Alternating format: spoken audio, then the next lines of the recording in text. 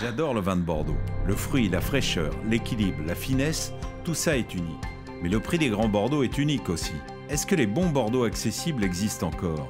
Quand on pose cette question, une réponse surgit immédiatement. Mouton Cadet. Né du génie créatif de Philippe de Rothschild, dès les années 30, la marque a conquis le monde. Comment est produit Mouton Cadet aujourd'hui? Quel est son style et quels sont les principes qui le guident désormais? C'est une réponse à ces questions que je voulais trouver en venant à la rencontre de celles et ceux qui produisent Mouton Cadet.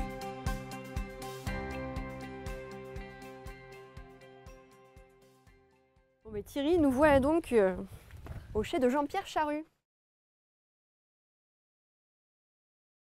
Et ça fait près de 20 ans que vous travaillez avec Mouton Cadet. Une vingtaine d'années à peu près.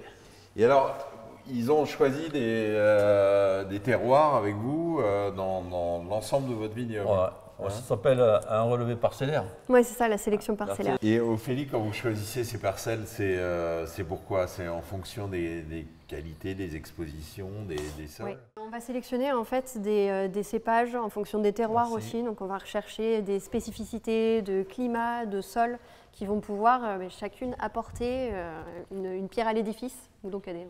Et alors c'est eux qui décident des dates de vendange? Comment ils suivent la culture et le travail de la vigne? C'est suivi toute l'année chez eux, chez Baron Philippe de Rothschild. C'est suivi toute l'année. Donc au vendage, ça continue. C'est ça. Donc après, suivant les terrains, la précocité des terrains, qui ne sont pas toujours pareils. Donc le ramassage se fait par la précocité des terrains. On a en fait une sorte de fil directeur qui parle à la fois de la conduite de la vigne et puis aussi des vinifications. Et puis après, nous, on est là pour vous épauler aussi. Oui, toute l'année, on a l'onologue qui passe 1 à 2 fois par semaine. L'intérêt de la sélection parcellaire, ça a été de sélectionner des cépages des terroirs avec des climats différents. Ça manque pas de couleur. Et tout ça, ça va apporter une typicité au style de Mouton Cadet. Oui, là c'est un merlot très mûr, riche, gras, avec beaucoup de fruits noirs, presque super mûrs. Qu'est-ce que vous avez envie d'en faire là, comme vous allez le contrebalancer avec des sauvignons On va apporter un petit peu de cabernet sauvignon pour lui apporter un petit peu de structure, mais là c'est vrai que c'est déjà un merlot qui est assez concentré. Il est super joli ton merlot.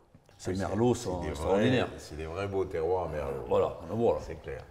Ouais. Et ça, c'est des plantations à 4500 pieds, 5000. Chez Baron Philippe de Rothschild, on a toujours ramassé mûr, sans trop, au pic, ils appellent. De temps en temps, vous avez l'impression qu'ils prennent des risques que vous auriez récolté un peu plus tôt? Ah oui, des fois. Parfois, on joue un peu avec leur nerf. Des fois, on attend un jour près, 2 jours, c'est pas bon, on attend. Mais en fait, ce qui leur paraît des risques, finalement, pour nous, c'est complètement contrôlé. Mais les viticulteurs, ils voient tout le monde ramasser autour. Bien sûr, forcément, au bout d'un moment, ils sont là, non, mais il faut ramasser. Et puis, non, mais c'est pas tout à fait mûr. On les fait stresser un peu. C'est quand même un boulot de fou parce que vous travaillez avec 250 vignerons. C'est ça. Ça veut dire que on est tout le temps sur le terrain. Chaque cuve est un cas particulier. C'est ça, exactement. Mais on est 7. Hein. Déjà, c'est bien. C'est bien d'être 7. On est chacun sur une zone du Bordelais.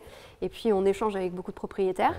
Et puis, on suit toutes les cuves, une à une. Et chacune des cuves va avoir son petit programme rien qu'à elle. Et puis, juste le travail d'assemblage. Il y a déjà un plan de construction de la cuvée au départ, ou ça va se faire en goûtant toutes les cuves les unes après les autres? Ça se fait en goûtant toutes les cuves les unes après les autres.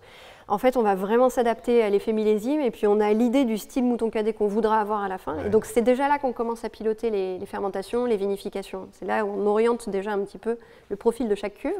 Et après, et là ça va être vraiment le point culminant pour les assemblages, on va se retrouver, les 7 œnologues, en salle de dégustation. Et donc là, on va goûter les vins de tout le monde et c'est là qu'on se dit, ah ben tiens, par exemple, le merlot de Jean-Pierre de la cuve 24, elle a du fruit, elle a une belle rondeur, elle a une sucrosité, donc on va la faire participer à la cuvée de Mouton Cadet.